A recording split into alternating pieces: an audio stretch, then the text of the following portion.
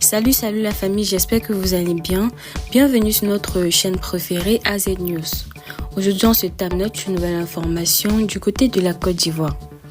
À 82 ans, bientôt 83 ans l'année prochaine, le président ivoirien visiblement usé par 13 années de pouvoir fait désormais tout pour rassembler son monde autour de lui. Mais il s'aliène du coup la majorité des Ivoiriens qui lui reprochent ne rien entreprendre pour lutter contre la cherté de la vie. Correspondance à Abidjan, Bachi Ouabé. En Côte d'Ivoire, le président ivoirien est dans sa bulle, au fond de son palais et n'a pas daigné, encore cette année, revoir les syndicats à l'occasion de la fête du 1er mai dédiée aux travailleurs du monde entier. Pour éviter d'être souvent aux prises avec les populations, Alassane Ouattara a en effet multiplié les nominations ces dernières années. Par exemple, il crée un poste en haut représentant du président de la République et en fait une nouvelle institution à côté du vice-président et du premier ministre, censés tous les deux l'aider dans ses tâches quotidiennes.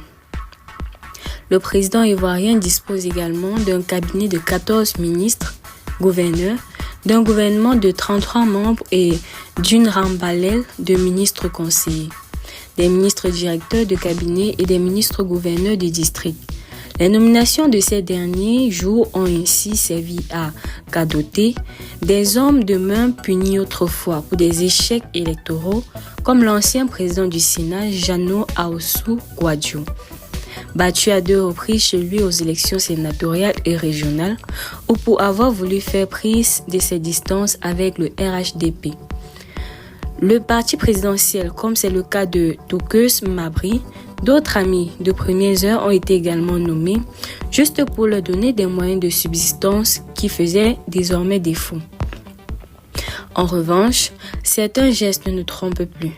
Alassane Ouattara a en effet préféré se faire représenté par son premier ministre à la traditionnelle fête du 1er mai, qui est le rendez-vous mondial pour l'excellence avec le monde des travailleurs.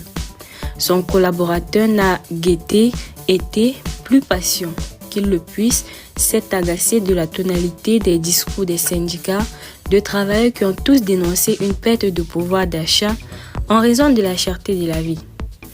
Restez toujours courtois en commentaire et respectez les règles de communauté. N'hésitez pas de liker la vidéo, de la partager et surtout